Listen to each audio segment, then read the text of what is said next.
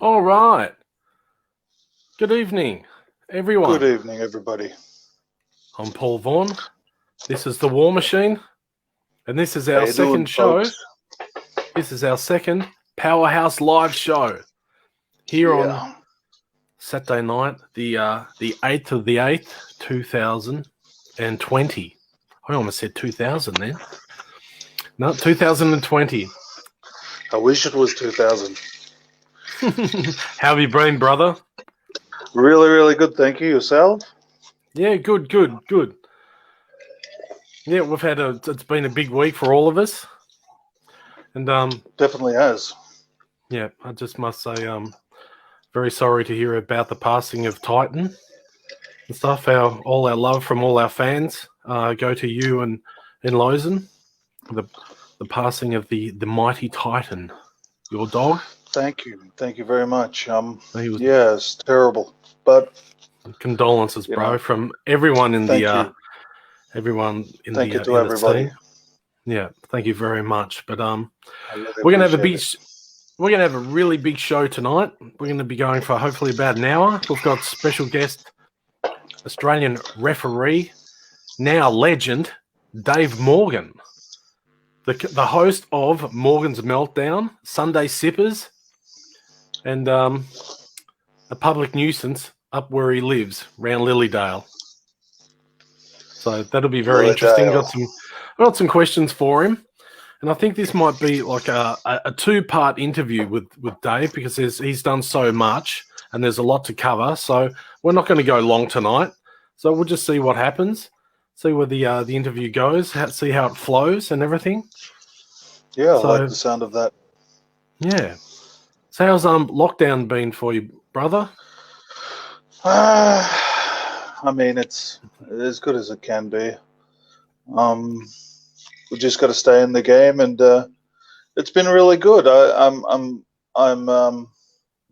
surprised at the show. The first show was so well received, and lots of positive response from it.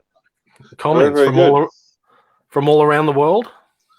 Yeah, all over the place, man. So it's yeah, I'm glad you guys are enjoying it. You know, beautiful, we've got to just do what we can. Allow us to do what we can to you know, make things you know what I mean, make things better.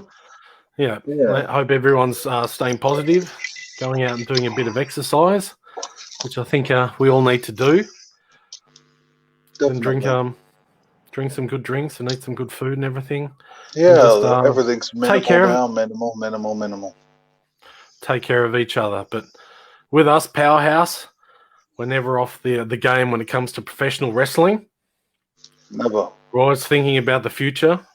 I think that we've got a lot in store for the fans when they come back to New Age Wrestling, and, especially with Powerhouse, with yourself, the Cataclysm. The cat. Who, on the next show, we'll try and get some words from him. We'll talk in depth about your new tag team partner, our new stablemate here in Powerhouse. Yeah, and we'll get. We may have to chain him to something or apprehend him. Yeah, we'll get some words. Still, for 2 seconds. Some words we'll get some words from him. That'll be all right. So, and next week, we'll get some words from Lozen too. I've got something in mind. We're going to get some words and some thoughts from Lozen. I know she's lurking in the background there, but I've got Always. a master plan. I've got a master plan so we can get Lozen here on the show. So that'll be really interesting. All right, brother, I've got some questions for you. Let's see if I can bring these up without. Okay. Well, last week on the show, we bounced all over the place when it came to you and professional wrestling and the things that you've done. So I decided let's try and just go back to the beginning a bit, because I know that the fans out there probably don't know a lot about your background, and they don't know anything about my background, which is probably good for them. But anyway, God, he's drinking. Look at this. What's he up to there? What are you drinking I'm there, listening. brother? I'm totally listening. What do you do? What are you doing there? Jesus. This is it's just a bit of sweetness. Oh, The toffee, the toffee vodka. Well, that was a mm, present for Christmas a while ago. Oh, don't get too many of them under your belt, brother. It's going to turn into an R-rated show. big toffee apple. Okay, brother. Let's go. Yeah. Let's go from the start. Okay. When you were young, what was it with pro wrestling that made you get into it that you liked? Was that back in when you were at school? I mean, I'd have to say it was a combination of things. There wasn't one particular thing. I remember a time in high school that was really cool when the Attitude Era NWO Black and White came on the scenes, and we couldn't get T-shirts in Melbourne. And my brother knew a guy from work who was he was using a spray tin and like a stencil, a homemade stencil, and he was doing these things in his garage, and he was selling them. Really? Yeah, and they were basically spray painted NWO shirts, and they come out pretty well until the first wash. But they were, and that was pretty cool. I mean, when you have the no uniform day at school, I was like the only high school kid with the NWO Black and White shirt on, so that was. It was a really cool sort of thing, and I was a really big guy, so it looked swell, and the wraparound shades and everything I like. So, I'd probably have to say if it was anything that got me into professional wrestling, it was fan response. If we're talking, the main reason would be fan reaction to the sport and response. I fell in love with that at an early age. Oh, cool. Yeah. And there was something you thought you'd like to do? Yeah, well, see, when my brothers took me to a lot of local shows, I'd never had Foxtel or any sort of that sort of stuff. So I sort of started on the scene with the local Australian stuff because one of my brother's friends from work was a wrestler. Do you remember the Scorpion? Yeah. Well, yeah. Well, he worked with my brother, so we used to go to the as a kid. I would go and watch those guys, and well, I think it was just that fan response that I really loved. Those old school local shows were so realistic, so powerful that the fan response. For example, I'll give you one story. Mad Max Miller and a few of the other guys, Jimmy Demirov was under a mask. I think Highlander was at ringside. And he was one of the recent NAW Hall of Famers. And they were beating up on this, this babyface real bad. And this old European woman, she got up out of the crowd, brother. And it was this moment, because they had no barricades. You got to remember that. Really? No barricades? Like same when I started, we had no barricades. So this old woman, she gets up and she gets her handbag and she goes, "That's no good.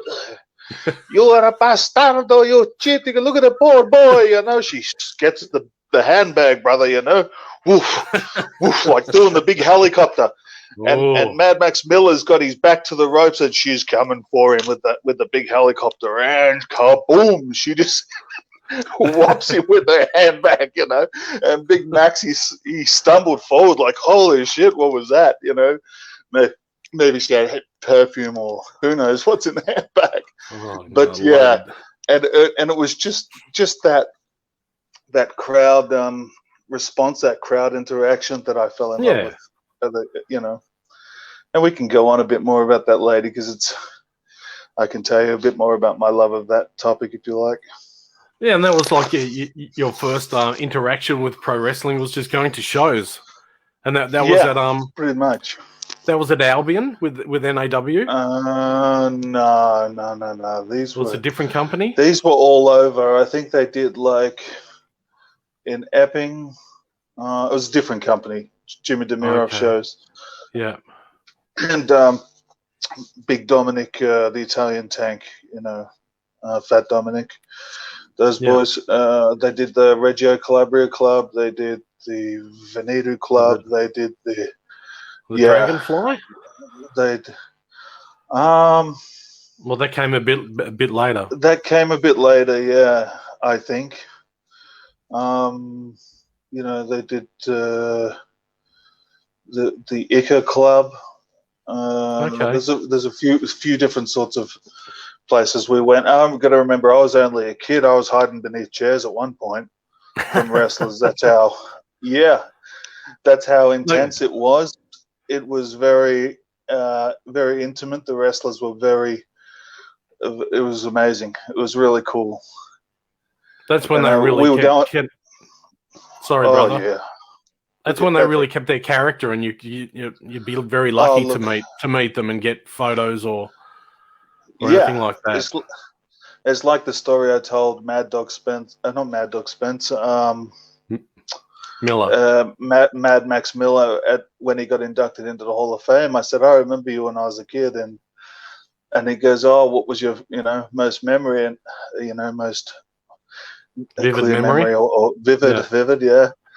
And I said, we were on our way to the show, and we're in the car with my brothers, and we were all having a good time. My brothers work hard, and we're out for a good time to go watch wrestling. And there was a car beside us with a big girl in it, and it was full of girls. So me and my cousin, we hung out the window, and we said, show us your tits. Right?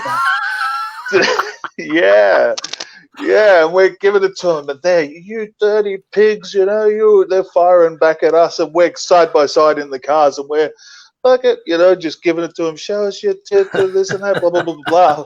Lo and behold, my brother speeds off. We pull into the car park, and they pull into the car park as well. And they were relatives of some sort of Mad Dog Spence. Oh, boy. Oh, yeah. Yeah, that is exactly what I thought. And it come into mission. They come out to, mingle with the people.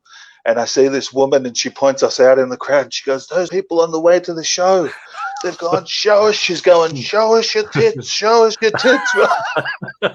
And he's come over like on the warpath, yeah?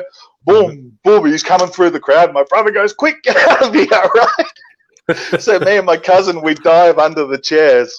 And we're crawling underneath people. We're like literally hiding beneath people. And people looking down, and we're like, shh. The big guy, don't tell the big guy, It was really, really cool. It was just, amazing. Excellent.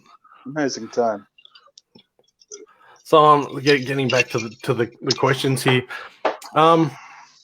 So you must have had an inkling to start wrestling. Like there was a time in your life when people said, because you were growing, you were at school, you were a growing lad, and you would have been like, one of the biggest guys in school, nearly. Yeah, like, in height wise, yeah. I was definitely the biggest kid in school, and I always, because I was on the amateur pro wrestling team in school, so, and I did shot put and hammer throw, and I think I always had that sort of inkling to sort of get into it. I mean, I think one of the shows, even when I went just as a fan, when I was in my teenager, and Fat Dominic Italian Tank used to stand by the door when the fans were leaving, and he stopped me, and he said, you should learn, you should join a wrestling school, you should, and that's how it all sort of, it was just things like that, and I loved it. So, Kurt Von Schneider leads into another. Kurt was there as well? Kurt wasn't actually there, but Fat Dominic gave me his name because they were next door neighbors. They lived next door to each other. So, yeah, Kurt and Fat Dominic were next door neighbors to each other. Oh, cool. So he gave me Kurt's number, and the pieces were moving from there. And then I had, of course, Scorpion as well, which is another in-depth conversation. But we'll get to that one day. Yeah, we'll get to that one day. But and it just sort of kicked off from there, and the good thing was with Kurt was that I didn't do any wrestling training. It was all theory and Really? stories and yeah. So it was. I never saw a ring for I don't know, 8-9 months. It was all that. All before that, it was just teaching me how to respect the industry, to how to protect it, how to honor it, how to behave, how to act, almost like a big lesson of conduct and how to represent wrestling at all times.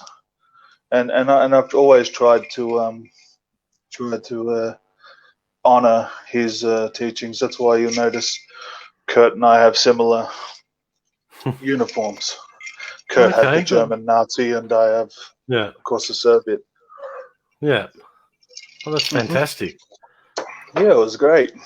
So when you started training in the ring, that would have been at the Hitman's gym in Sunshine. Yeah, definitely. Yeah, and that's how you met George.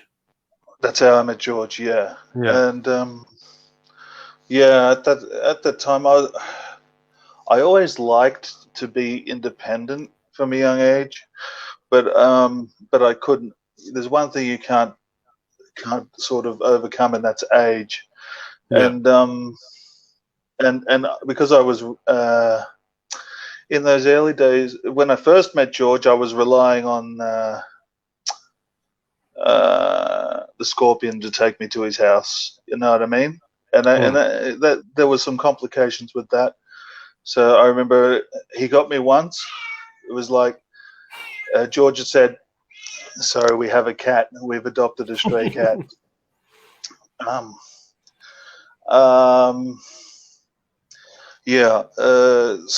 Where was I? So yeah, I think like George had said, "All right, come at such and such a time, and I'll have a guy here to train with you," which was Mike Manson. Thankfully enough, he put in a lot of hard work into me. And the first night, like the first day, I was like, "Yes, I'm meeting Mike. This is my first time at wrestling school." I go to work, 3:30 comes. I'm like, in the shower. Then I go to Scorpion and I said, are you ready to go to the gym? But he's like, "Well, I got no money for the lesson. I got no money for fuel. If you pay for everything, I'll take you." And I was like, oh.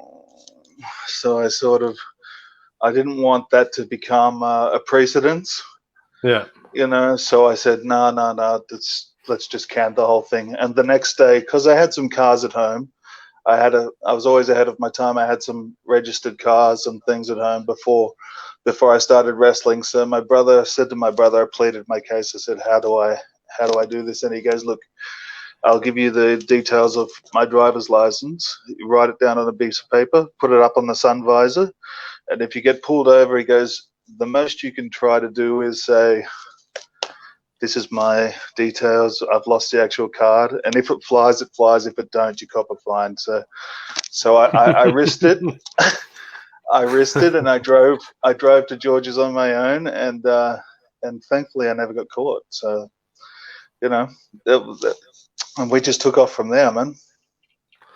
George and Mike Manson, when they were training you, how rigorous was the training at George's? Like in the ring, was it because it was more cardio based stuff, or more cardio based? See, I had some size too, some size that I was going to have to cut down on before I could even get close to performing live. I was a big guy, but it was sort of puppy.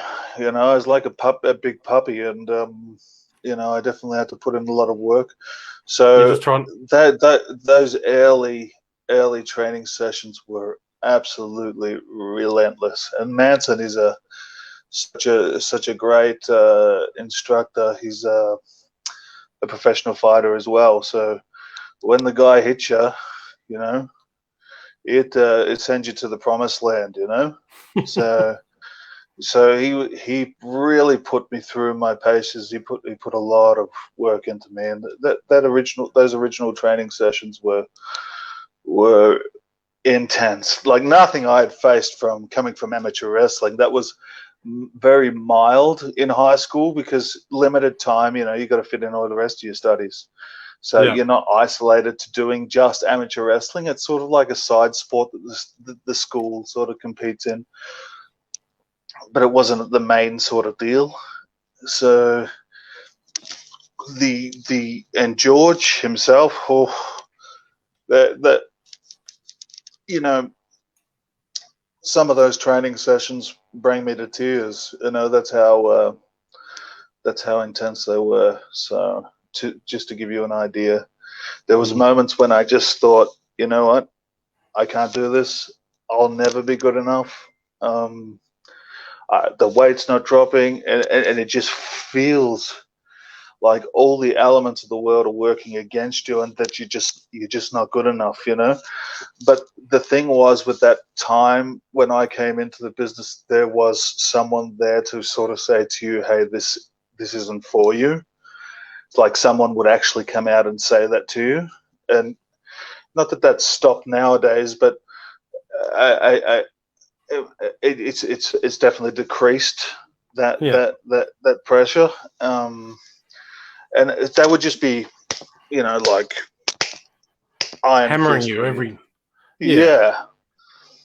Like I remember, like, I can't remember how far I was in, how long or years. I'm not good with keeping track of time, but I remember, like, I come to training one day and I was like, the ring was full of all these seasoned guys. I mean, like, and they're working away and they're pounding each other, they're hammering each other. So I'm just like, okay, I'll quietly sneak into the gym and no one will notice me, But George is like, bing, hey, come on, get in the ring, And it's like, no, I'm going to go train weights. No, come on, go with the guys, And I got in there, brother, and it was a massacre, boom, bada boom, bada boom. And I think, like,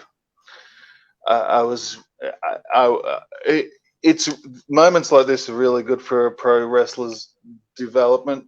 I think it's, as I'm talking to you now, I wouldn't speak to you of it if I wasn't, if it wasn't important. Go on, brother. Yeah. Sorry if I'm ragging on.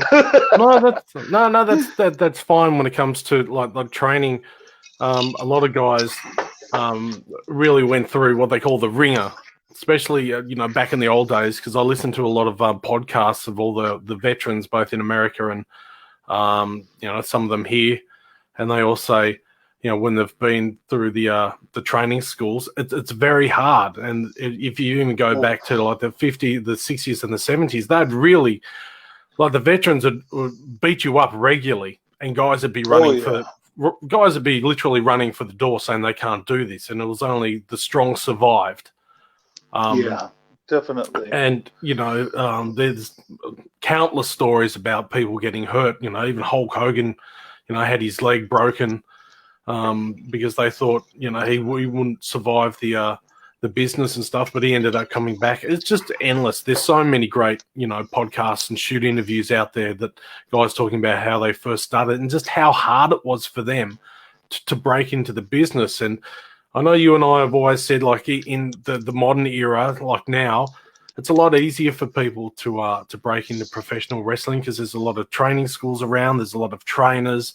And you can bounce from different schools, because if one guy says no, you can't do it.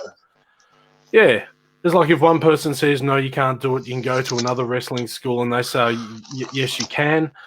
And there's a lot of politics involved, which we won't go into now. No, definitely not. Yeah, but it would have been, especially for you and your size and everything. Was size? Did it run in the family? Both your brother or your brothers, are they as big as you? No. Both my brothers are smaller than me. So There's three brothers. One's got the brains. the other's got the anger, and one's got the size and power. You know? So we are like three completely different setups. Yeah, but that's definitely true. I remember one moment when I was training and Jimmy Demirov was around and George was like, "Oh, what do you think? You know, you give him a show." And Jimmy said, he goes, "Look, he goes, it's like this. He goes, you got a lot of work to do on your physical body. You know," he said, "If I put you in the ring as you look," he goes, "you make the business look bad." He goes, "You make the business look bad. You make the people who put you in the ring look bad." And he goes, "So once you get that shape, then we'll talk." So it didn't really matter about. I could tell him, "Hey, dude, I could do 300 cartwheels. Hey, dude, I can do a backflip into the audience. Hey, dude, I can jump off the rafters." It didn't matter, you know. If you didn't have that, if you didn't have the look or that physical clean appearance, then that was it. That was it. You couldn't. You weren't of value. You know what I mean? And that sort of that sort of rings out. That echoes through. The fans It still relates today. Yeah, because the fans won't take you as a proper wrestler, as a proper character, if you don't actually look the part. If you don't take the time and effort to have the proper ring gear, train, try to get in, be in good shape in the ring. Yeah, exactly. Yeah, because the last thing you want the fans to think is that that they could literally jump in the ring and they could beat you up. Because as all the wrestling's meant to be, a pro wrestling match is borderline a fight. And exactly. they go at it to win the match, and it should be a struggle. But wrestling's we know it's changed a lot now. There's a lot of different categories about different matches, and it changes from around the world. As we've said before, the Mexican style, the Japanese style, the European style. You got the hardcore and the death match, and you got the comedy, and you got the flippy gymnastics. It all changes. Yeah, exactly. It's exactly everything like that changes when we're talking product. But when we're talking visualization, all of it still stands from the moment professional wrestling was invented. All of that old mentality still stands, whether we like it or not. Basically, no matter how much we try to change the in-ring product, sure you can offer a different product, but that old need for work ethic will always be around. Yeah, and that need for professional athlete will always be around. And without that, we're only hurting ourselves pretty much at the end of the day. I remember when Mario Milano passed away, yeah. And I went to his place of work, which was in Telemarine, and I visited the guys there because I was there on some sort of a busy deal. And I was talking to them about Mario, and the boss, he gathered everyone around, and they were like, this is a friend of Mario's, and I gave them the date of the funeral and everything else, so they could, if they wanted to come, and then they were like, "Oh, so you're a wrestler? Is wrestling still happening?" That's we've all heard that story before. No one knows the business still exists, funnily enough. But and I showed them, some of our flyer for our up and coming shows, and certain people were laughing in that group, but then when they saw like a gore on there, they were like, "Whoa!" Do you know what I mean? Yeah. When they see a Nicholas Mann on there, gore, or I'm not going to sit here and blow my own horn, but when they saw him, They're like, whoa, Yeah, well, they saw you know what I mean? Yeah. And and they saw me, and maybe there was some others, but that when they saw that, that was like, okay, we want to do this. Do you know what I mean? Yeah, they want to come That see the was show. Yeah. yeah, and whether or not Goro I can go in there and do some magic tricks is irrelevant. It was the fact that they wanted to see that, whatever it is they see in us, they wanted to see. I don't want to say too much, Yeah. Well, they want to see, the guys in the ring going at it, Yeah, for for what it's sure. worth. Yeah. Yeah, it's like professional it's wrestling like anything. match. Yeah. Yeah, it's like anything. Put like Yokozuna and Lex Luger, Yeah. and there's something there that the human race, we love to see the combat of of. We love to see what humans can be and what humans are capable of. So we'll go to the fight for that reason alone. Okay, brother. Let's let me say I'll give out some wrestling names, and you tell me how important they are to you and the business. And they're big guys. And I know you'll know these. So tell me your words and your thoughts about guys like Big John Studd. Ooh, I thought he was absolutely fantastic. I really liked his showmanship. I like the fact that, to me, when I watched him perform, it felt like to me that he was constantly trying to prove himself in the ring. I don't know who that was to. Whether somebody was backstage, somebody higher up was maybe telling him, you're on the edge of the knife, whether you stay or go. I don't know, but he was constantly trying his very, very, very hardest in that ring. Yeah. To do the best he could. So, yep. What about Bam Bam Bigelow? Bam Bam Bigelow. Size, agility. Great talent, obviously. Like Big John Studd was a great talent as well, but Bam Bam was great. Had great agility, great at aerial assault, great at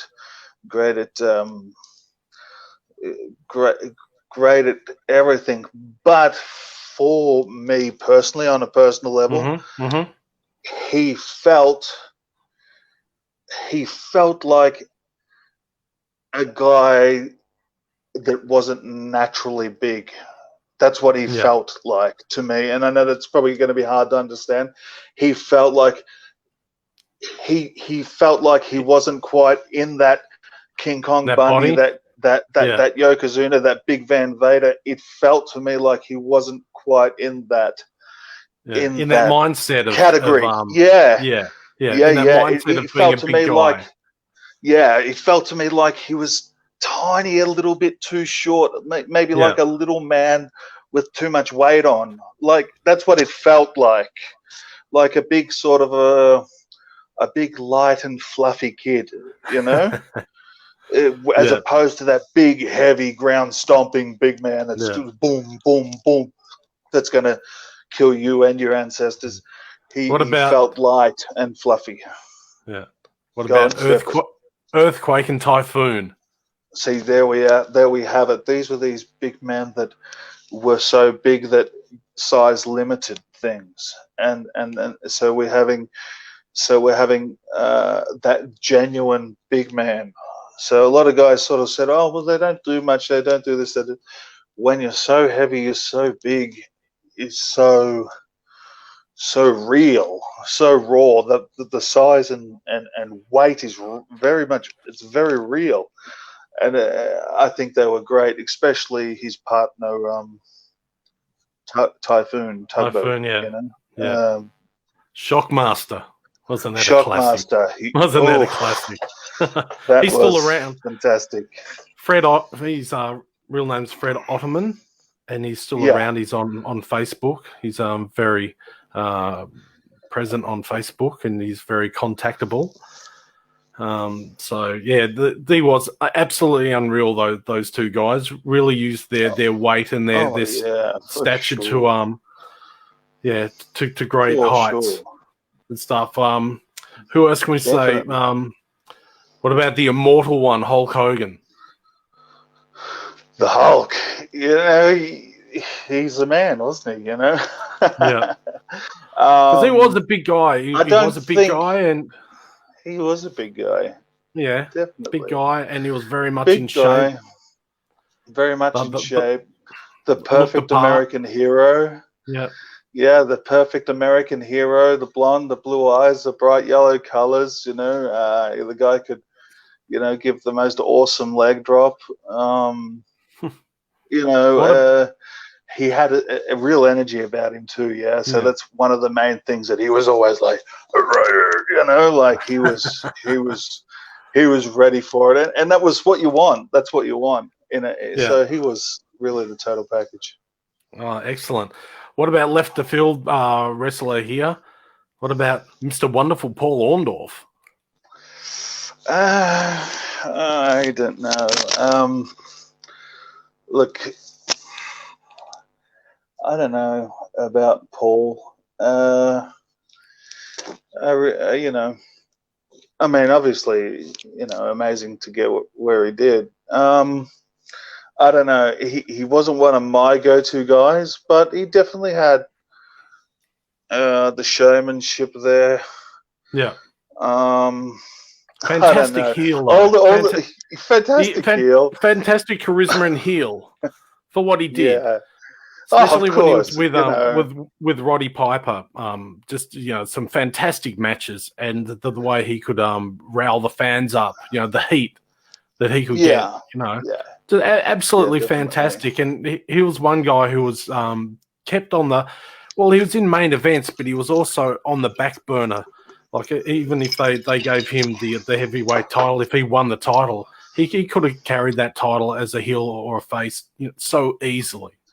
For sure. For sure. I mean, yeah.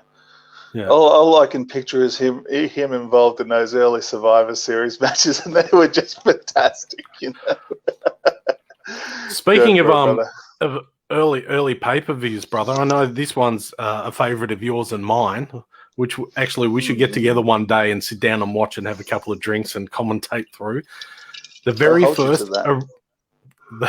very first original Survivor Series from '87. Now, I've heard, like Lozen's told me, and Snake, our friend Snake, who helps out at shows with our Powerhouse, very much a very important person of Powerhouse, is our friend Snake. They've told me before you actually come to the shows the night before, or even during the day, you'll put the very first Survivor Series on to and I watch the whole thing to get in the mindset. Yeah, would that be one of your favorites? You've given away one of your secrets. You've given away one of my behavioral traits. For some reason, every time the night before or the day of the show, I watch that original Survivor Series, and I don't know. I just love it. I love it, like, especially again. I love the fact that that what I say when I say that reaction that I'm in love with the fans. It doesn't have to be a fan that gives me that reaction. It can be a wrestler as well. And sometimes when things happen in that original Survivor Series, like I'll look at Jake and Aaron and they'll be just like, like you can't help it.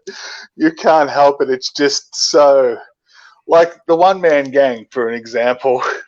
He's going in there, and he's going like a steam tram, and he's doing his chops over the shoulder. He's like bang, bang, and you got Paul Orndorff and Ken Patera, and they're not giving him an inch. They're like bang, bang, bang. They're working it, and he's tried his hardest. He's doing his big karate chops and stuff, and they got him running the ropes, and finally he tags out to Rick Rude, as we know. Oh boy! And poor old Rick Rude goes flying back in there the speed of 1,000 gazelles. But you look. What I love is you look over at the ropes and you see the one-man gang. And he's draped over the ropes, and he's really puffed out, like he's really taken in air, you know. But that's the thing; it's that real big man, that real big man sort of thing that is just fantastic. Like he's really slouched over the ropes, and he's like begging to God that he doesn't get tagged in again, you know. And Erin goes, "Look at the one-man gang." He's, you know, she does it all the time. She goes, I'm going to be like him tonight. I'm going to be hanging over the ropes, you know. And we love that sort of thing. And so poor Rick Rude, didn't he have it? That what he copped it that night. He worked his absolute ass off. Absolutely. Oh yeah, he did. And he really did. In the multi-man tag team match, it was not Power and Glory. Paul Roma and his tag team partner. Was it the Wild Stallions? The Young Stallions. Roma and Powers. I don't watch the full... Absolutely. I don't watch the full event. No, you're right. I don't watch the full event. I just watch that main event match. Oh, yeah. Boy, you got to watch. You have to watch that multi-man tag team, brother. It's just absolutely fantastic. We'll do it for sure, definitely. Yeah, so tell me more about it. I didn't mean to cut you off. No, that's all right. Well, brother, we do have a special guest waiting in the wings. He's been very patient. I think we should bring him in. It's a guy we've known for a long time, who I've known for many, many years. He'll probably remind me how long it is, and then he reminds me how old I actually am. But I got some questions for you too, but maybe at the end of the show, all right? Yeah. Questions for me? Oh, dear. They're not from me. They're from Instagram. So, all right, go for it. Let's bring on the guest. All right, we're going to add him to the stream. This is Australian wrestling legend. He's a legend now because he's old. This is... You are old. Referee Dave Morgan. Dave, welcome to the show. Welcome to Powerhouse Live. Yeah, thanks for the old comment. Yeah, I didn't think I was that old. Well, look at that. I got the Spider-Man glass. I won't tell you what's in it, but it's definitely alcoholic. Yeah, well, I'm advertising tonight, so it's all good. Oh, look at that. How Only are if you you can been, get an David? actual sponsorship. I've been good. How about yourself? Long time no see. Yeah, it's been a very long time. It's great to see you. It really is. Yeah, after watching the show last week, I thought, yeah, it'd be fun to catch up with you two clowns. All right. Now, Dave, I've got a list of questions here for you that I've spent all afternoon, racking the old brain and stuff, and it's not very often that my brain gets any use anymore. Yeah. So, he's speaking the truth. I've known him for a long time. Trust me, I know. Oh God. Anyway, Dave. All right, we'll go back to the start about how you got into it and everything. So, growing up, even before you met myself and Daniel Beaumont and everything, were you a wrestling fan? How did you? Was that something you? Go on. Sorry, go on. I will if you stop talking. I remember when it was on Channel 10, like 1 or 2 o'clock in the morning, and my mum used to tape it for us. So me and my mate Paul Milray would be waiting after school the next day, and we would watch it. And like, this is Superstars, and was it Tuesday or Wednesday, like 1 in the morning or something like that? And they had the ads for the hotline during it and that. Like, my very first wrestling memory is watching. Remember how like WrestleManias used to be on Channel 10 months later? Yeah, the original WrestleMania was on Channel 10, yep. Yeah, so was WrestleMania 2, because I still remember watching Bundy and Hogan in a cage in those big blue bars. And I still remember that WrestleMania 2. Myself, my dad were watching it together, and which is showing my age too, but that's what I remember. That's what started me with my wrestling. Just loving wrestling. Excellent. And did you have some favourite stars back then? See, I loved Orndorff. Wow, really? Yeah, he was great. I loved the pole driver. But, I mean, like, there was him. I loved Piper. That boxing match was ridiculous, but I loved Piper just the way he could just mouth off like you wouldn't believe. He was such a smart ass. It was great. The heat, just the heat that Orndorff and Roddy Piper could get, especially even at the original WrestleMania, was just absolutely fantastic. And if you watch a lot of that era, Piper was just off the planet, like in the ring, on the mic, everything. He just oozed charisma and oozed that the heel being the bad guy, and that's what really drawn the fans in. And once he had those matches with Hogan, and Hogan used to beat the absolute suitcase out of him. It was just fantastic. It set Madison Square Garden's alight, and there's plenty out there. If the fans are watching and haven't seen any of that, go to YouTube. It's everywhere. If you got the network, if you can afford it, just watch it. You learn a lot. May I interject? Yes.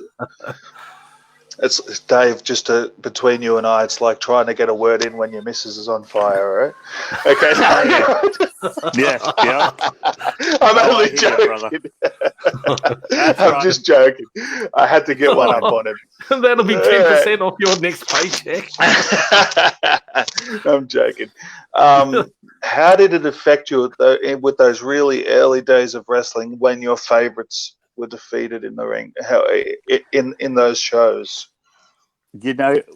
My one match that I always remember, I was on the edge of my seat, still thought it was real, when Honky Tonk Man beat Ricky Steamboat for the IC belt. And wow. Man, remember that. Remember when The Miz won the World Heavyweight belt a while back, and you saw that picture of that girl in the crowd and the look on her face? That was me back then. Seriously, I could not have been more pissed off at anything seeing Honky Tonk Man beat Rick Steamboat. I mean, what the hell was going on? I still remember being so angry the next day, talking to my mate Paul at school, and we were just, how could this happen? Blah, blah, blah. And just, devastation. Oh, it was. Yeah. I mean, seriously. And did you have that one friend that loved the Honky Tonk Man? No. No? No. You love the Honky Tonk Man, don't you, Paul? You love him. Oh, I do the double hitchhike all the time, Yeah. I thought the chiropractor did that to you to straighten your back. Oh, yeah. Have to. After being in the ring with Phil Galulis, I'm still in a lot of pain. He is painful to be around, but yeah, we got to be careful. We got to be careful what we say about Phil Galulis because his legal team's watching. Look, he's not too bad a guy. I I've noticed the War Machine wants to say something. Come on. Look, no. I just thought to myself, there's no telling who the next Phil Galulis is going to be on the scene. And I thought that Dave might have been, maybe the candidate. No, don't look at me that way, Dave. Like, think of it in a broad spectrum. We're going to need a next generation Galulis. And who's that? We need someone, don't we, Paul? I mean, definitely. Every referee wants to be a wrestler now, so we need somebody that's, the era of the Beaumont's gone. Dave Morgan, are you still in the game or what? I am. Yeah, he hasn't retired yet. No. I tried to a couple of years ago, and that failed. But no, I'm still working for Warzone and BCW. Well, there we have it. Okay. So there's that possibility, Paul. We don't know. Hey, well, all you got to do is call. Well, exactly. Anyway, Dave, you're a fan of the WWE or the WWF back in the day. How was it when ECW came along? Was that a big influence on you as well? And this is how we get to how I met Daniel Beaumont. Uh-oh. Because I was working night shift at the time at Coles at Chermside Park, and I'd catch the bus home because I was too lazy to get a license. And I remember stopping in at Baronia Kmart one day, and I see this guy wearing a bandana and an ECW Philadelphia Hollywood, the Hard Rock Cafe T-shirt. And I've just walked up to him and gone, dude, where the hell did you get that T-shirt from? And he's like, oh, I've been to America and blah, blah, blah. I said, oh, I love ECW. Like, I've read about it in the magazines. I want to see some, blah, blah, blah. Because back then, this is like 95, 96. YouTube wasn't around. It was so hard to get anything if you didn't know anyone. And so, yeah, I asked Beaumont about it, and he goes, well, I can get you videotapes of it. Excellent. And we've been friends ever since. Like, that was, I think the very first event he got me was November of Remember 96. Okay. So, and yeah, I was getting tapes off him for years after that. Regularly. And yeah, because we lived so close. And then I remember he was telling me, I can't remember which one it was. There was an AWF event that came down. It had, I know we went to the, what was the one you, me, Peter, Daniel went to? That was that was at La Trobe University. I think it was called Yeah. Psychotic Slam. yeah. It had Is that the one with Blitzkrieg? Yeah. Two Cold Scorpio and Psychosis. Psychosis. Yep. Yep. And it had Cremator wearing the face paint. I think so. I think Yeah. Chucky Chaos was on it and did a big balcony dive. Hardcore Superstar was on it. John Lobo House. was on it. Yep. And yeah, I remember because I didn't have a license, Beaumont would come pick me up from my place and he'd drive me there, and I'd give him money for petrol or whatever he asked. And oh, Jesus Christ, I've never seen wrestling live. This is awesome. I think we've got a photo of that somewhere. I'll have to dig it up for the. Yeah, because we had a photo of the four of us ringside at that, and then one backstage at was it OCW or BCW event? Thank you, baby. That's all right. Jesus. Yeah, it was good. It was an excellent night, and Peter, a good friend, Bubba Ray was there, or Peter Kellick, and that was a pretty wild night. I mean, how long Is have that the the four show of us where been they- friends? One guy got hurt very badly doing a dive through the ropes or something. I think I remember. Is that the show where they did 2 nights in a row? The first one was like,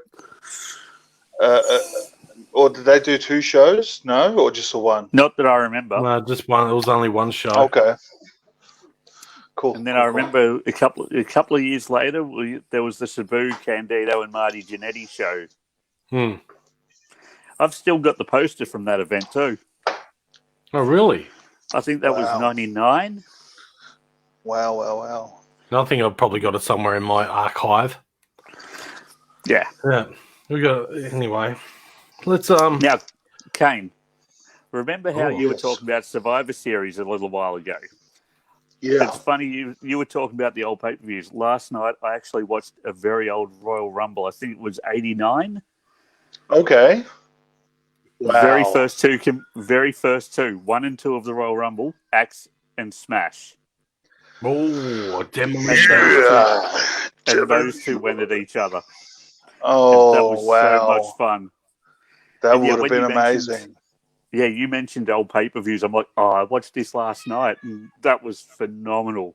And then Yeah. number 3 was Andre the Giant. So, Oh, wow. He come in early, Mhm. huh? yeah, Whew. Number 3. How Andre. far did he Okay. go? yeah. I think he lasted a don't remember. while. Yeah, it wasn't too bad, but yeah, he got rid of Axe and I'm Smash. so rich as your cat. Yeah. I was going to say, Sorry, whose cat Dave. is that? I'm sorry. Yeah, it's mine. Oh, that's all right. pregnant.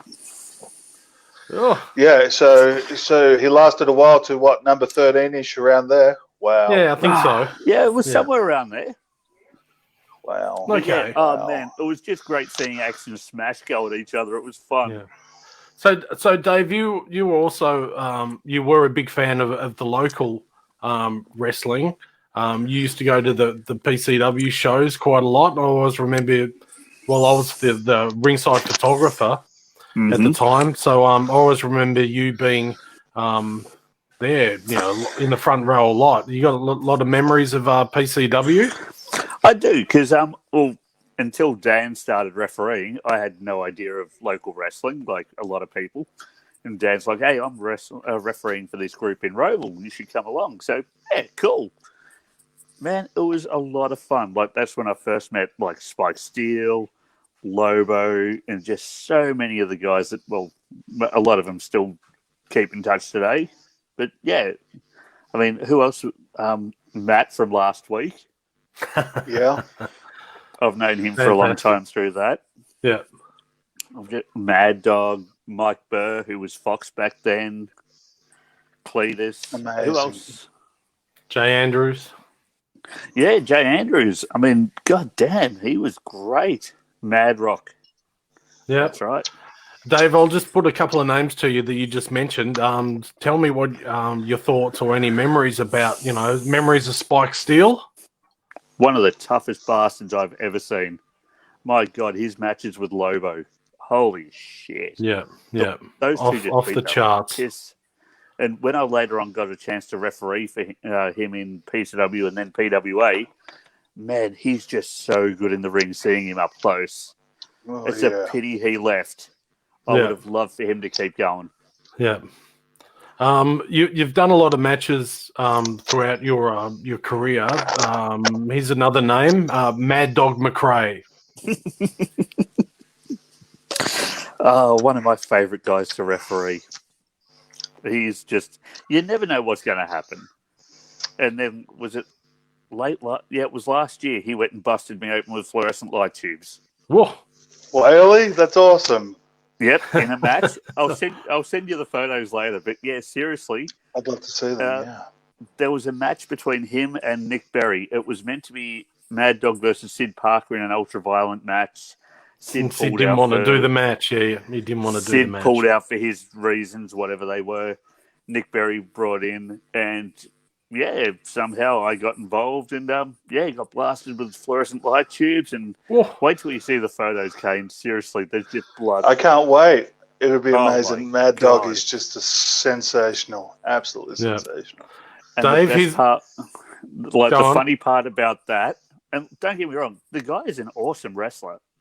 Do you remember, Paul, back in PWA, it was Mad Dog versus Spike. I'm pretty sure it was the Italian club. They just had a straight wrestling match. Yep. And they still one of my favourite matches I ever refereed. The guy can actually wrestle, but his hardcore stuff's phenomenal too. Yeah. And I don't know how he's still walking. That guy's like the Australian Terminator. He's tough. He's the definition of tough. Here's the name for Dave. Here's the name from the past. Lee Starr. He was always so much fun. Always tried to get me involved in a match somehow. There was a match. It was Steve Frost versus Lee Starr, main event at Roval Italian Club. Mm-hmm. Yeah, it was Italian. Community Centre. And it was one of the big Roval shows. And at one point, I don't know what had happened, but Benny English got involved because he was Frost's manager. Lee Starr's just told me, double clothesline. I grabbed Benny, he grabbed Frost, and we've both just whipped him off, and we've both just clotheslined. Now, I'm not trained, and I actually felt really bad because I think I got Benny across the head. I'm not entirely sure. I was just caught up in the moment. I've never done anything like this, so I'm just throwing my arm and oops. We'll apologise backstage. It'll be fine.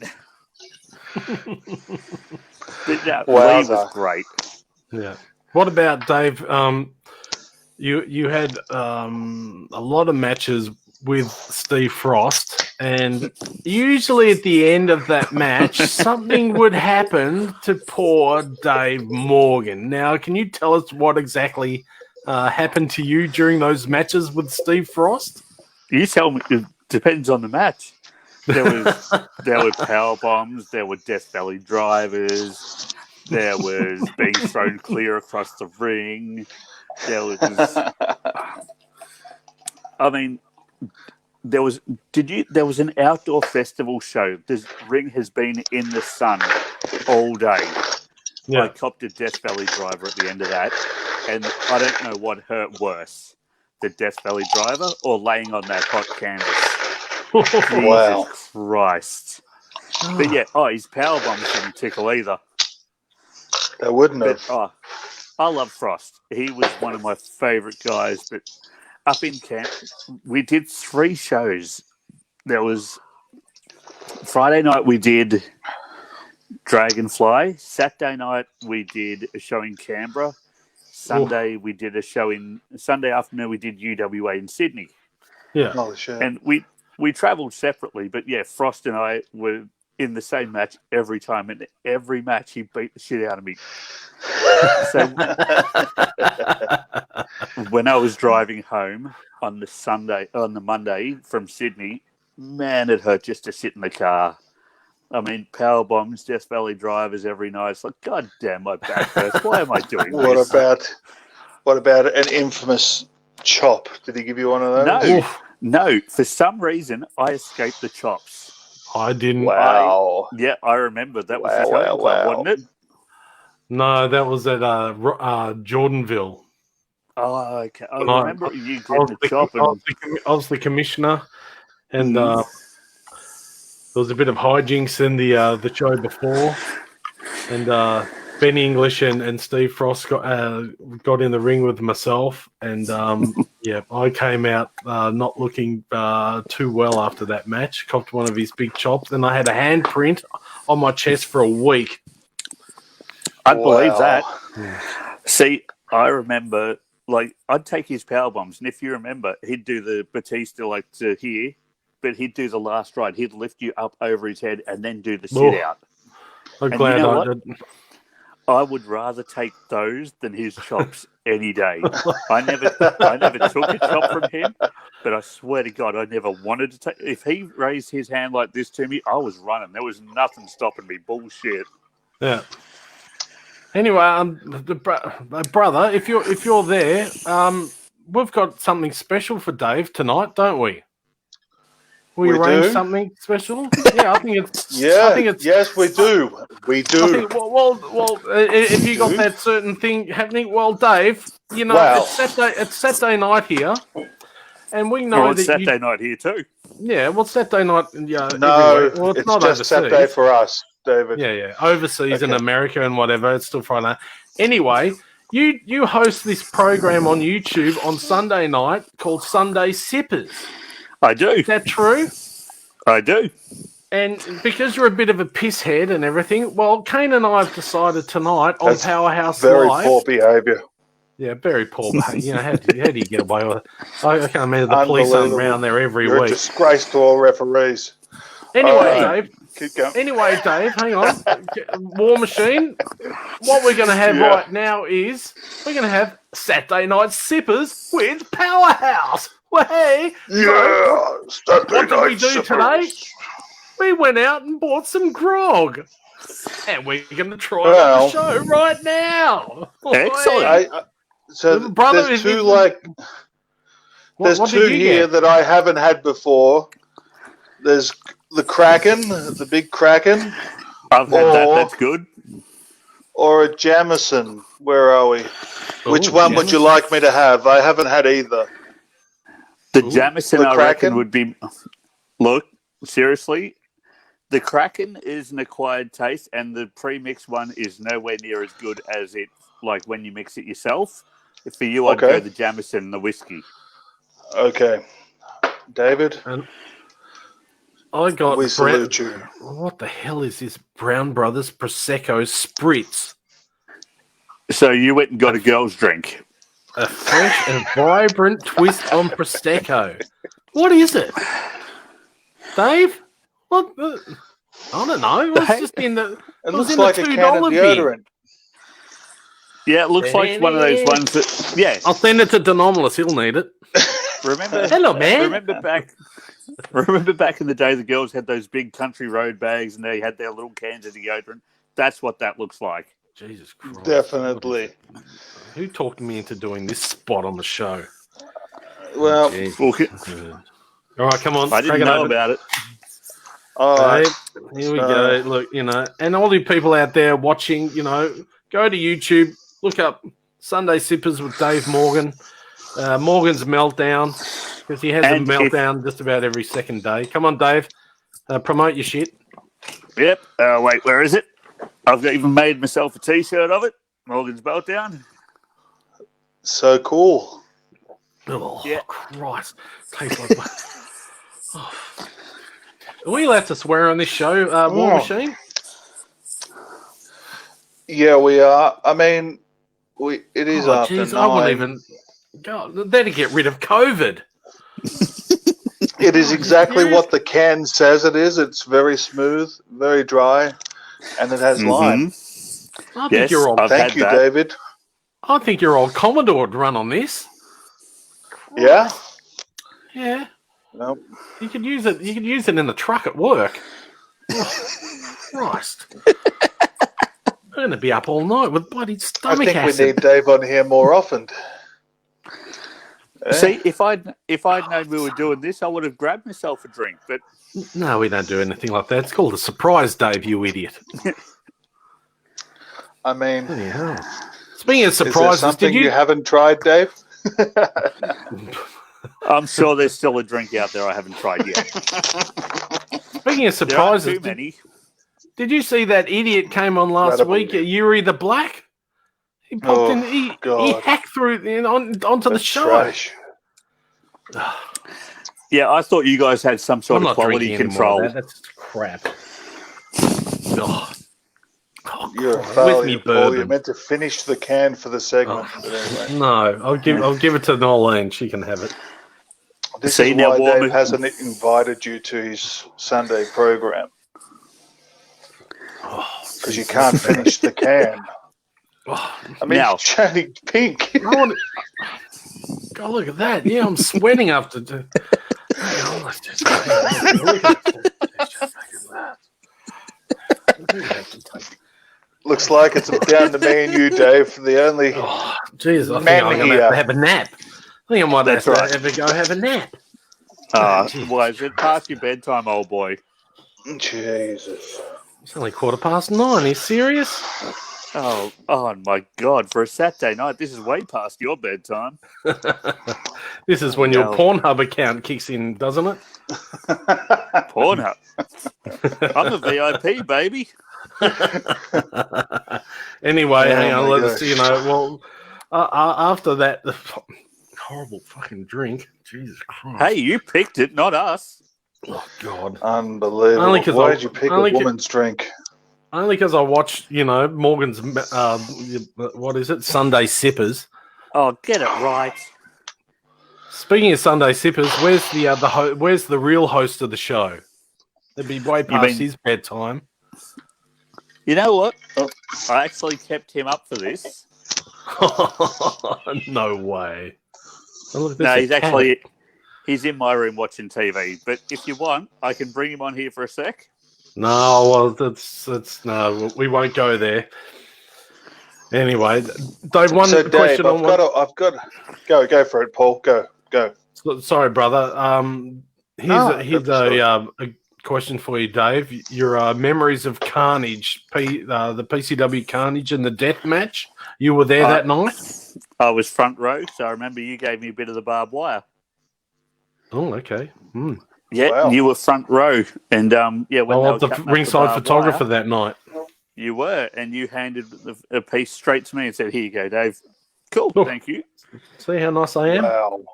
Now I don't know if you remember, there was a match earlier in the card: Jay Andrews versus Stephen James. Okay. Yep. If I remember correctly, it was the second match of the night after the big UWA invasion. Blah blah blah. Ugh. And they did a dive into the crowd. That was 2 seats from where I was, and I had a friend with me who had just seen wrestling for the first time that night, and she panicked. She's like, "Bullshit! This is rubbish. This is crazy." And she left. So that was a big night. That whole night was great. I mean, besides seeing Chucky get all messed up in his match, that's when Trent broke his arm. Oh, it was Trent. That's right. Yeah, but it broke his arm going through the table. Yes, off the side. With Chucky. Yeah, I knew Chucky was involved somehow. Yeah. But I mean, that whole night was just so good. The crowd was so up for everything.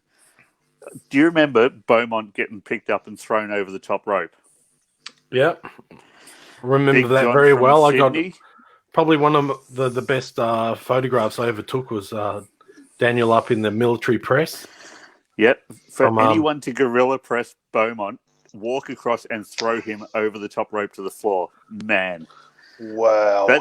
I don't know. Oh, actually, I did take that bump from Logan one day. Oh, really? Yeah, from Logan. What was the pub show that Beaumont ran? Was it the Greyhound? Yeah, the Greyhound, the rock and roll wrestling of the Greyhound. Oh, boy. Yep. You did that spot. Yeah, Logan went and threw me, but luckily I was getting thrown onto Johnny Raddick, Ryan Blood, and there was someone else, Shane Hero maybe. Oh, So boy. yeah, I wasn't actually hitting the floor, but still, the moment we all hit the floor, we were all so worried that the crowd were going to jump onto us, so we all quickly got back up. And We'll talk about the Greyhound shows one day. That's a whole different topic. But we'll get back to the Carnage, the deathmatch thing. Yeah, okay. Yeah. Because that's what you asked, and I'll eventually get there. But holy crap! Take your time, brother. We got all night, man. We're good. Excellent. No, but that match, I mean, no one's seen anything like it up to that point. And Jesus Christ. I don't know what anyone was expecting, but I remember seeing matches on ECW, like Born to be Wired, that sort of thing. And you just think, yep, can they do... Holy crap, they are doing that sort of stuff. I mean, with the thumbtacks raining from the roof, they had glass, they had... Man, it was just never done before in Australia. I mean, the only thing I've done recently... Now, did you know about the Sabu versus Mad Dog McRae barbed wire match? Yeah. From at BCW? Yeah, that was like, I think it was last year or early this year. I remember the match, but I didn't know you were in it. I refereed Mad Dog versus Sabu, no ropes, barbed wire. You know what? That was tremendous. As a mad former ECW guy, just getting to referee Sabu in a match like that with Mad Dog, who, look, don't get me wrong, if it's not the show of a wrestling, if it's not the day of a wrestling show, I don't see anyone, but I love Mad Dog. He's one of my best friends in wrestling. Yeah. I just don't see anyone outside of it. But yeah, I mean, just to see a no-rope barbed wire match in Australia was phenomenal at the time. That would have been one of the most full-on matches you've refereed? Oh, definitely. Or the most crazy? Oh, very much so. I mean, in the opening minutes, one side of the barbed wire gave way. Sabu has gone through the barbed wire, hit the floor. At that point, everyone thought, oh, crap. The match is going to stop right here. He kept going. And Sabu's not a baby, not a young guy anymore, but Jesus Christ, he kept going. All right. He's a machine. So I saw a gnarly picture of like a screwdriver in his shoulder socket or something. It was amazing. Great photo. I'm not sure if that was the same match or not. I think so. Oh. Did they use a screwdriver? No?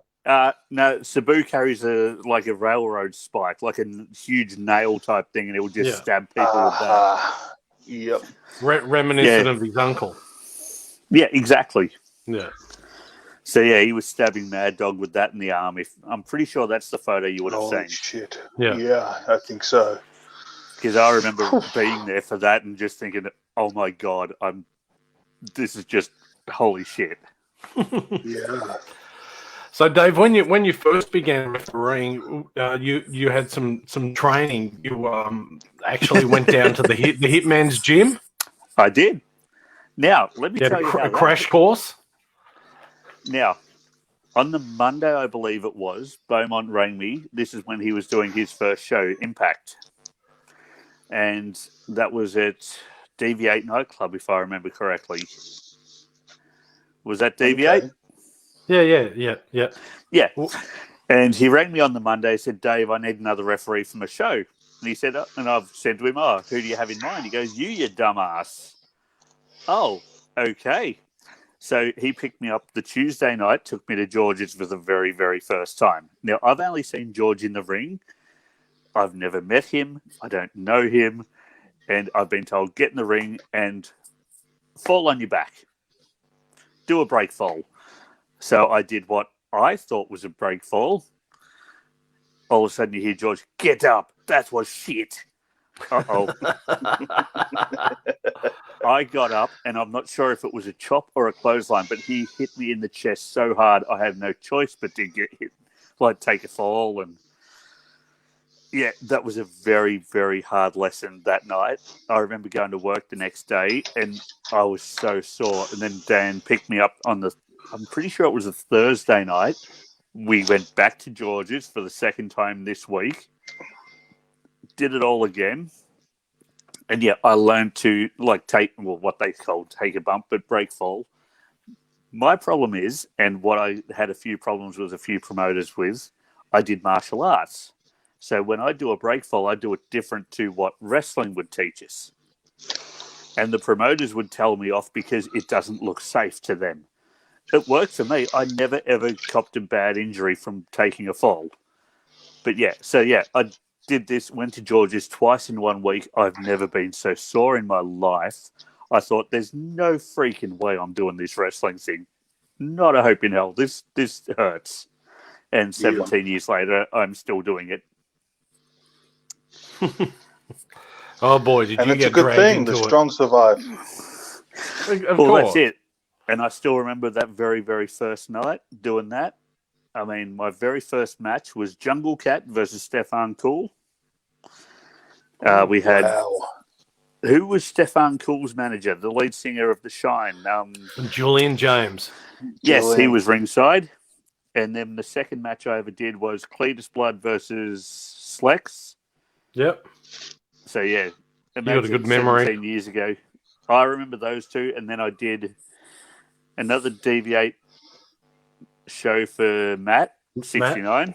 Yeah, that might have And been the there night when I first commentated. Well, that's when Steve Valek versus Cremator. Mm-hmm. Oh.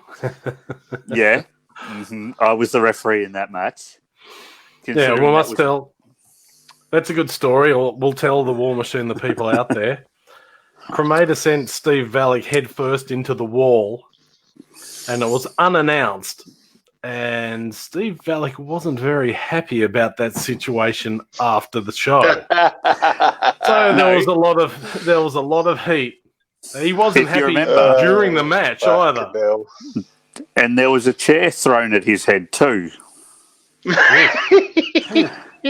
Yeah, and backstage people were taking sides and people are getting angry at each other, and he shouldn't have. Was all part of this and blah, blah, blah. And here I am sitting in the corner, the referee for this match, and just going, I don't know what I'm doing here. I don't know. Why am I here? Now, that's awesome. Steve Valek was not a small guy. Cremator, No. not a small guy. No. And you're expecting me to keep order in my third match? Not a hope in hell. Jesus Christ. we underappreciate the amount of effort that a referee puts in. You know. Yeah. I think that's it's hard work. It is hard work. From what I've seen, a lot of referees wanted to be wrestlers. I never, ever wanted to be a wrestler. Heck, I never even wanted to be a referee. I didn't want to be involved. Somehow I got involved and have stayed here ever since. But I think there's something there that I think there's something in that statement that shows the level of quality of a referee as well, because when you're not using it as a stepping stone, when you really want to do a good job, it really, really shows, you know? Look, it's not like, I'm just here to be a part of things. Yeah. I want to be a professional referee, and it's such a good thing, man. Such a rare thing, such a good thing. And Daniel will tell you the same thing. In the PWA days, I missed one show for every single PWA. Out of all of those shows, I missed one show. I mean, I changed plans just so I could referee, because once I got into it, man, I was having so much fun. I mean, you never knew what was going to happen. I mean, the PWA days were awesome. that was still some of the most fun I've ever had. I mean, how could you not with those guys? Yeah, we had a lot of fun back then. I, of course, being the commissioner and the commentator, I was in the mix a lot. From the very first show, which was a show out in Berwick, I think. It was like a festival. Correct. The Berwick show. Yeah. It was a 2-day. It was a 2-day event. Yeah. The very last match. The very last match was Slex did a big dive off the top of the ring truck, which was parked just about next to the ring. It was awesome. on to Mad Dog. Yeah. Yeah, it was awesome. on to Mad Dog because I was refereeing that match. It was great times back then. Oh, definitely. We did have a lot of fun. So anyway, Dave, look, I think we should get you back on the show. Anytime. To talk a bit more. That'd be I'd like to talk fantastic about to talk about the new generation of wrestlers at some point too, because I mean, like we talked about the old school, like the guys that I started with and you started with, and but I mean, some of these new guys coming up. I mean, holy shit! Yeah, I think we should give. I never thought. Yeah, we just started off like this is our second show, and I want to get faster. The War Machine and I sort of just give Dave 5 minutes. Who are some of the modern guys? Yeah, give him a chance. Who are some of the modern guys that you're really enjoying what they're doing at the moment? All right, come on, Dave. Sorry, Paul. I know I'm keeping you up, buddy, but Jesus Christ, stay with us. It's only 5 more minutes. What was in that can of drink anyway? It was like champagne and orange, wasn't it? I can't believe you still have that in your hand. We're sponsored by Brown Brothers. Actually, I don't mind a bit of Brown Brothers. See what we got. Prosecco. Anyway. It's called Prosecco. I don't know why you put up with him. Where's the wine list? Cheap. I'm talking guys like Sid Parker. I mean, he came out of nowhere. But, yeah, he started in Sydney, went to England, came over down to Melbourne. Him and Erica, tremendous. Those two are so much fun to work with. Nick Berry and Mitch Waterman. I mean, know what I like about Erica? Sorry, you're right. No, keep going. I like how she's incorporated the rat into the gimmick, into her everything she does. I think that's awesome. It's like definitely we've only had. Hey brother, I hate to tell you this, but the rat passed away. Well, yeah, my condolences to the rat. I didn't know that, but I just lost the dog. I can completely. I think your new cat had something to do with it. Yeah. Okay. No. No, it didn't. No, I'm only kidding. Polly. See what happens when Continue, Dave. Continue, Dave. I should speak as you're going. But I mean, seriously, Nick Waterman and Nick Berry and Mitch Waterman. Have you seen those two as a tag team? Oh yeah. I haven't seen a match, but I've heard about those two. Very, very good. Excellent. Yeah, they've worked so well together, and they worked a lot of MCW as well. So, see, Gore, because I've worked with him a couple of times at Warzone. For someone who really hasn't been doing it very long, holy shit. Yeah. He's good. Fantastic. Who's the other guy I was talking? I can't think of his name. What about the big guy Carlo Cannon Train, the big Asian fellow? Yeah, that's who I was trying to think of his name. Great Wall, something like it's Guac. I don't know his name, but yeah, his name's Guac. He is going to be something. He's very, very good. He's like Excellent. Mike Peterson was. Yeah. If you remember Mike Peterson, he's like him. Very, very cool. Yeah. That's awesome. Yeah, I mean, anyone that comes out of Carlo's school seems to be pretty damn good. Yeah. I love working him too. But who else was there? I was gonna mention someone else. Jesus Christ, you two distract me. Something shocking. You worked with his fault. Buddy Murphy. Yeah. Not as much as I thought I did. It was only a couple of times at Warzone. Yeah. Because Might by have the been time... down in Berwick. Yeah, the early Warzone. There was him versus Tozawa one night. I didn't work with him then. Not Tozawa. Was it Tozawa? No. Nozawa, the Japanese wrestler that Bowman brought out. Dan brought out. Yeah. And then I worked with him in a 6-man, but I don't think I worked with him very much at all. Out of all the Aussies that made it to the WWE, the only one I really worked with was Tennille. Yep, we worked with her a lot. Yeah. But Back in other the than day. that, no, I really didn't work with many of them. Oh, well. But yeah, I'm sure. Like, because it's really cool, you know. It's really cool that go Paul.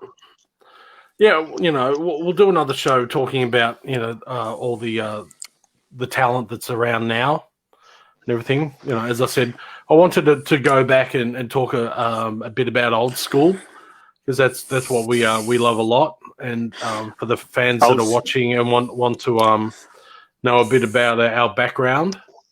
You mean old school Australian wrestling or American? Both, everything.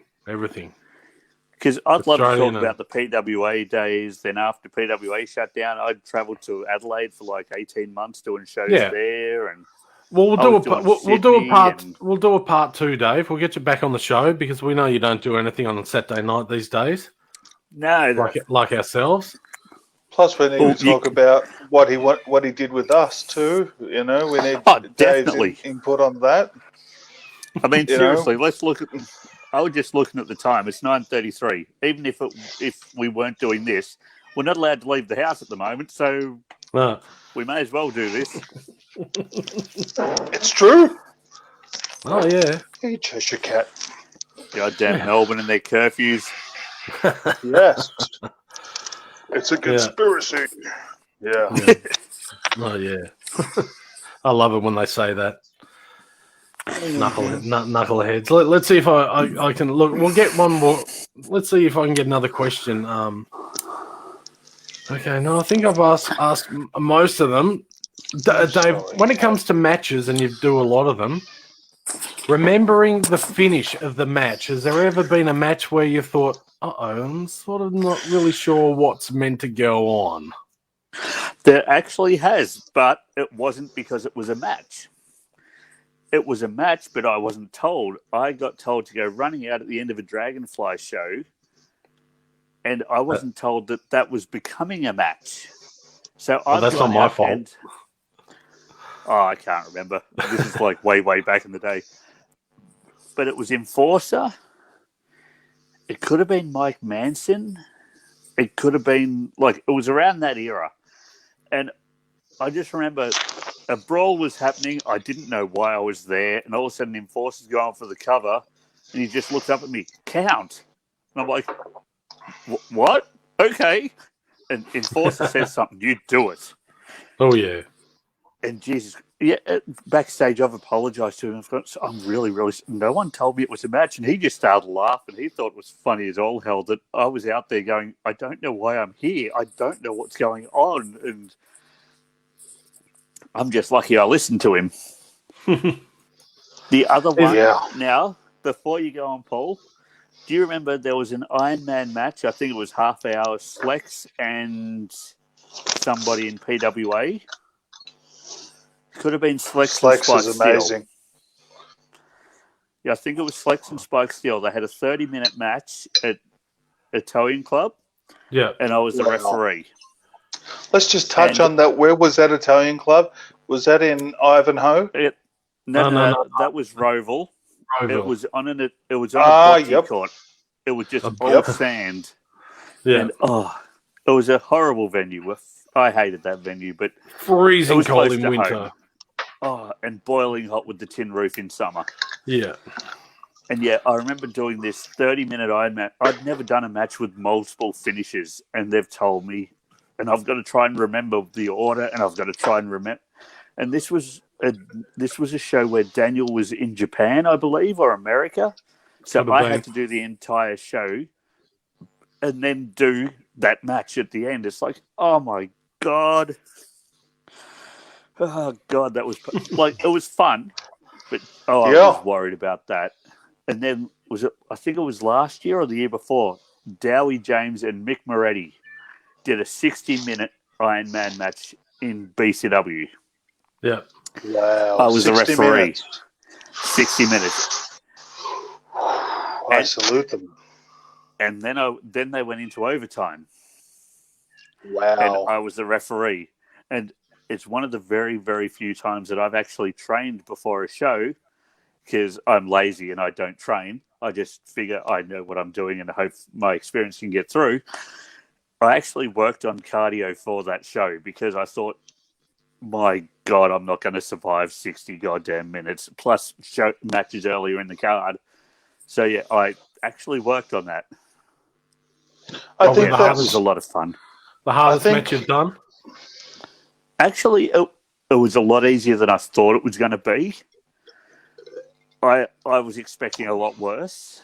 It was in January. We were expecting it to be a really hot day, and that venue heats up like a bastard. So it wasn't too bad, if I remember correctly. So, look, I was expecting the worst.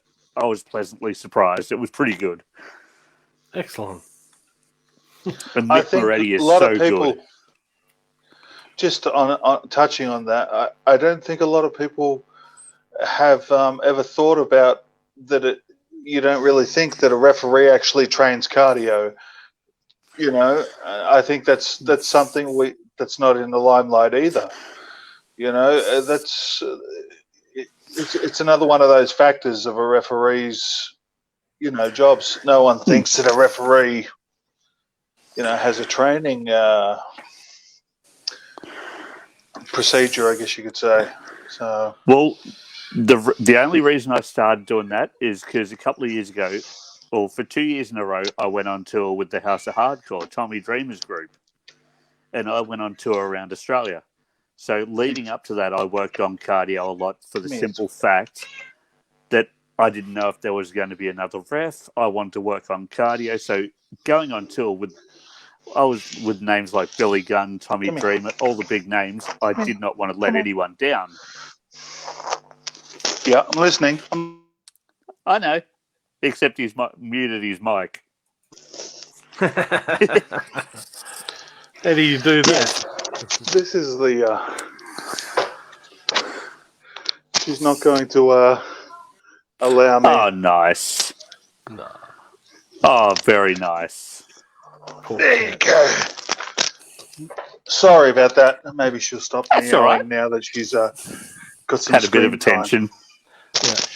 Yeah. Anyway, so keep going, Dave. I was just saying, when I went on tour with House of Hardcore, I really worked on cardio before both of them because I figure you're in the ring with these sorts of names, man, you don't want to get blown up and let them down, especially if they're paying you to go on tour. So, I worked hard on that. Definitely. And, if anyone that knows me, I don't train. I just drink. I do.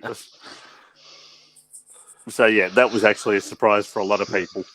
Yeah. That's good. Yeah, no, it's good. Anyway, Dave, let's face it. Oh, sorry, I was just going to say, let's face it, none of us are being any younger, so I'm 42 this year. Trust me, I need all the help I can get. Tell me about it.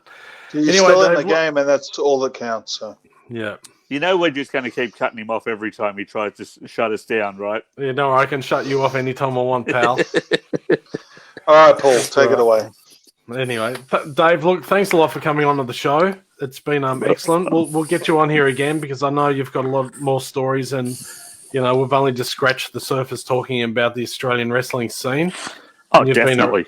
You've been around for a long time, like all of us. Yeah. Mm-hmm. So, if you want to plug your YouTube shows, this is the time to do it, pal. Just look up Morgan's Meltdown on YouTube. It's there. It's the only one. Also on Instagram and Twitter and all that. But mostly it's YouTube. And just on the Friday, I just rag about anything that pisses me off. It's called Fuckbag Friday. On the Sunday, I just try a different drink every week. Sunday sippers. Sometimes my little boy's on there. He has a bit of fun. He loves being on YouTube as well. So, the Friday one, I swear. The Sunday one, I mostly don't when Josh is there. But other than that, it's all good. It's It's good. I enjoy them. Fantastic. It's really good. So where Thanks do a they lot. find your show? On YouTube, yes? On Yeah, you YouTube, just type in Morgan's Meltdown. Even in Google search, you'll be able to find him. Yeah. All right, Thank Dave. you for coming along, Dave. That's right. It's been a pleasure talking to you too. No worries. Thanks a lot, Dave. I'll talk to you really soon. I'll have to come out to NAW one day, boys. Oh, you're Definitely. welcome. We've got plans. We got plans for you, pal. We got to get rid of some of the dirt out there. You know, the referees need a good slapping around. So we'll get you back out there. That's another story for another show about when we brought the standard dropped when I left. Yeah. All right, Dave. Cheers, brother. All right, catch you later, boys. See you, bro. Brother. Well, that was Dave Morgan. What an interview that was, you know. Holy excellent talking hell. about his yes. The past and everything he's done, and you know we get I cop a bit Dude, of lip if you off don't him answer and you these as well. Instagram questions, you got time to answer those or not? Yeah, we got a bit of time left. Certainly. Go on, let's read them out, bro. Hope the cat's all right. Nathan Cataclysm, big cat, love it. I've written them all out because I feel like if I forget everything, I don't want to forget anyone. Feel free to direct message me on Instagram and I'll pass my questions on. Obviously, it's guest depending, but I'll always keep your questions in a file. And where are we? War Machine, Paul, Jeff. Okay, Johnny. This is from Johnny on Instagram. Paul, when it comes to making management decisions for Powerhouse, how does it feel knowing the decisions affect your wrestlers' direction and careers? Well, when it comes to any sort of decision making in Powerhouse, the War Machine and myself, we get together with Lozen, of course, and we sit down and we talk about it. We usually have long meetings, and we plot what's going to happen. We always make sure we've got a good game plan that usually goes to perfection. But sometimes it can, things in the ring can not go our way. But it's a group. Powerhouse, and when we used to be the SOH, was always us together as a team. And when it comes to making the final decision, we always make sure we were all in the same boat, and we all agreed on what's gonna happen. Because when you're in a team, if you're not in agreement with each other, it'll just fall apart. So you have to make some hard choices. You got to make some hard decisions about what's going to happen. But with Powerhouse, we're a team, we're a unit, and that's it. It'll always be like that. That's why we've been around for so long, and we're going to be around for a lot longer. It's a great question. Thank you very much for that one. Fantastic. The next one is from Raymond. What has been your favorite match or moment that you have been a part of ringside? A part of ringside. Favorite moment. When I debuted with you, Kane, the first time at NAW was fantastic. When we did when we went against George the Hitman, that was a big moment. A lot of matches. We've done a lot of matches. It's very hard. I'd have to think, quite hard about that one. Yeah, it's quite a challenge to answer them on the fly. I promised that I'd ask you them on the fly. The cage match at Mulgrave was fantastic. That was one of our biggest nights. The crowd were just going off tap. It was just sensational that night. Even though that was an incredible night. we didn't pick up the win that night, but again, that was great. When we came back as the SOH, we talked about on the last show with the lights out. That was incredible. The War Games matches are always really good. Managing Lozen when she won the belt, the female belt, that's fantastic. Anytime I'm out there with her is just magic. We work so well together. And even with you, War Machine, we work so well together out there. Every night's just great. Probably one of the best nights now I'm thinking about it is when it was you, me, and we had the girl, the female. She was only in the SOH for about 5 minutes, but we had to go down and sort out Xavier Black's the militia. It's terrible that I've forgotten. Yeah, okay. Her name. It's terrible that I've forgotten her name. The bodybuilder. No. Yeah. She was a bodybuilder. No offense if people know who she is, but we came out. We had to. Black would remember. Yeah, we had to come out, or we came out because we had to sort out the militia. They were getting out of hand. And I remember... What was the name, baby? The name of the other girl in the SOH, the bodybuilder? You remember the one I recruited in the full Russian get-up in George's gym? Was it Lisa? Was it Lisa or something?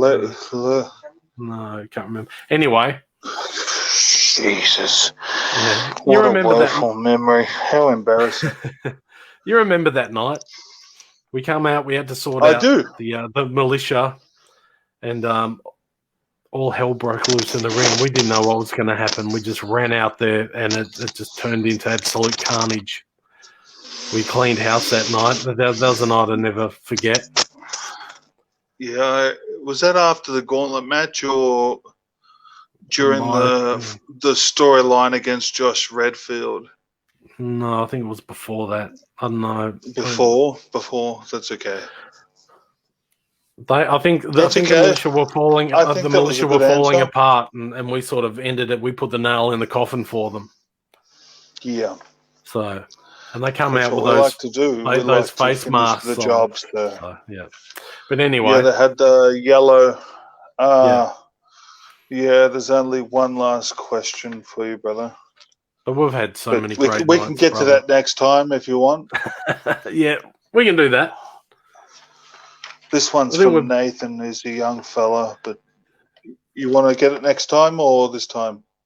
No, we'll get it next time. We should wrap it up. We've been going, almost 2 hours now. All right, bro. And stuff. But thanks a lot, everyone, for watching the show and being with us here on Saturday night with Powerhouse Live with myself and the mighty War Machine. Yeah. Yeah, baby. We're going to come and break ya. Yeah. We're all over Facebook. We're on Instagram. It's not hard to find us. Just send us a message. We'll be back as soon as NAW's back. We've got plans. We've got a lot of plans in order. And we'll feel free, guys, to keep the questions coming too on. Yeah, we'll be back next week. As I said, we've got some ideas for next week. I think we might even get a couple of words out of Lozen. We'll see. We'll work on that. That's you, brother. You're gonna have to might even get your magic. Maybe some sort of a. We might even get someone modern on who's just a cool cat. Cool cat. We just have to see if we can find one of those cool cats. What am I going to do with that? What am I going to do with that? The future of this business that's just going to like a butterfly. Yeah. What's that stuff? What's that stuff you put in the truck tank? Is it blue or something blue? Diesel. Add blue. I think that's anyway. Add blue keeps the pollution. I like brown. I love Brown Keeps Brothers. The greenies happy. Stuff, so, yeah. But anyway, brother. Thank you very much. Thanks everyone for watching. We'll be back next week. Yeah. Next Saturday night. Thank you, everybody, and remember, any questions? I'm sorry that I missed a couple, but I've got some for Lozen and Cataclysm here. So all I can do, guys, is I can't create miracles because, as Paul reinforced, our team, Paul and I are the ones that can have a chat, but Lozen and Cataclysm, they are an action speaks louder than words, people. But they listen to all of your questions, and as far as getting them to answer them in person, we will endeavor to try our best for you guys.